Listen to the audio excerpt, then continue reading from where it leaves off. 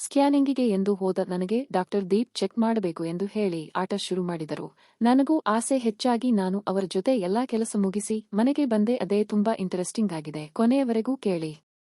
ಹಾಗಾದ್ರೆ ಕತೆ ಶುರು ಮಾಡೋಣ. ಅದಕ್ಕೂ ಮೊದಲು ಯಾರಿಲ್ಲ ನಮ್ಮ ಚಾನೆಲ್ಗೆ ಇನ್ನೂ ಸಬ್ಸ್ಕ್ರೈಬ್ ಆಗಿಲ್ಲವೋ ಪ್ಲೀಸ್ ಚಾನಲನ್ನು ಸಬ್ಸ್ಕ್ರೈಬ್ ಮಾಡಿಕೊಳ್ಳಿ. ಜಯನಗರದಲ್ಲಿ ರಮ್ಯಾ ಮತ್ತು ಅರ್ಜುನ್ ಅಂತ ಒಂದು ಜೋಡಿ ಇತ್ತು. ಇಬ್ಬರು ಸಾಫ್ಟ್ವೇರ್ ಕೆಲಸ ಮಾಡ್ತಿದ್ರು. ಮದುವೆಯಾಗಿ ಕೇವಲ 6 ತಿಂಗಳಾಗಿತ್ತು. ಅಷ್ಟರಲ್ಲೇ ರಮ್ಯಾ ಪ್ರೆಗ್ನೆಂಟ್ ಆದ್ಲು. ಇಬ್ಬರಿಗೂ ತುಂಬಾ ಖುಷಿ.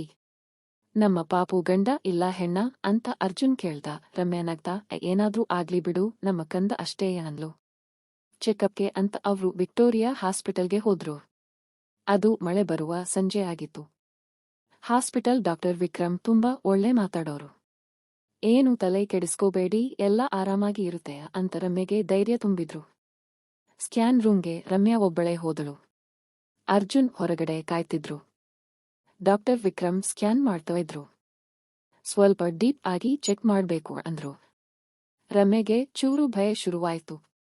ಆದ್ರೆ ಡಾಕ್ಟರ್ ಕೈ ತಗುಲಿದಾಗ ಅವಳಿಗೆ ಏನೋ ಒಂಥರ ಆಯ್ತು.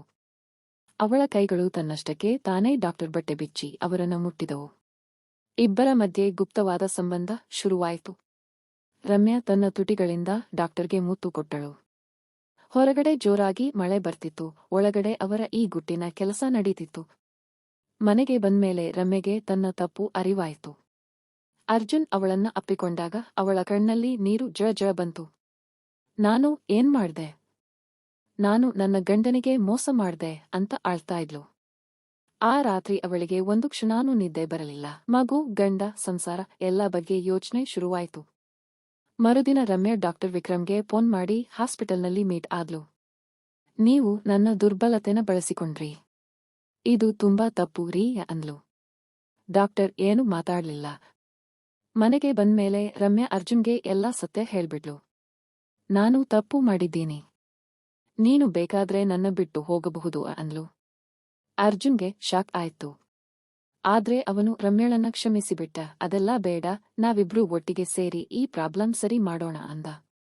ರಮ್ಯಾ ಹಾಸ್ಪಿಟಲ್ನಲ್ಲಿ ಕಂಪ್ಲೇಂಟ್ ಕೊಟ್ಲು. ಡಾಕ್ಟರ್ ವಿಕ್ರಮ್ಗೆ ಕೆಲಸ ಹೋಯ್ತು. ಲೈಸೆನ್ಸ್ ಕ್ಯಾನ್ಸಲ್ ಆಯ್ತು. ರಮ್ಯಾ ಅರ್ಜುನ್ ಕೌನ್ಸಿಲಿಂಗ್ಗೆ ಹೋದ್ರು.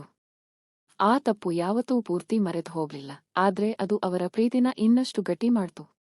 ಕೆಲವು ತಿಂಗಳ ನಂತರ ಅವರಿಗೆ ಒಂದು ಹೆಣ್ಣು ಮಗು ಹುಟ್ಟಿತು. ಹೆಸರು ಇಟ್ರು ಸಾನ್ವಿ, ಅಂದ್ರೆ ಸತ್ಯದ ದೇವತೆ. ರಮ್ಯಾ ಪ್ರತಿದಿನ ಮಗು ಸಾನ್ವಿ ತೊಟ್ಟಿಲ ಹತ್ರ ಕೂತು, ನಾನು ಒಮ್ಮೆ ದಾರಿ ತಪ್ಪಿದ್ದೀನಿ, ಆದ್ರೆ ನಿನಗೆ ಮಾತ್ರ ಸತ್ಯದ ದಾರಿ ತೋರಿಸ್ತೀನಿ ಅಂತ ಪ್ರತಿಜ್ಞೆ ಮಾಡ್ತಿದ್ಲು. ಮತ್ತೆ ಒಂದು ದಿನ ಕಬ್ಬನ್ ಪಾರ್ಕ್ನಲ್ಲಿ ಮಳೆ ಬರ್ತಾ ಇತ್ತು. ರಮ್ಯಾ, ಅರ್ಜುನ್ ಮತ್ತೆ ಸಾನ್ವಿ ಮೂವರೂ ಕೈ ಹಿಡಿದುಕೊಂಡು ನಡೀತಾ ಇದ್ರು. ಆ ಮಳೆ ಅವರ ತಪ್ಪಿನ ನೆನಪನ್ನ ತೊಳೆದು ಬಿಡ್ತು. ಹೊಸ ಜೀವನಕ್ಕೆ, ಪ್ರೀತಿಗೆ ಬೀಜ ಬಿತ್ತಿತು. ತತ್ವ: ಈ ಜೀವನದಲ್ಲಿ ಒಂದು ನಿಮಿಷ ದುರ್ಬಲರಾಗಿ ತಪ್ಪು ಮಾಡಬಹುದು.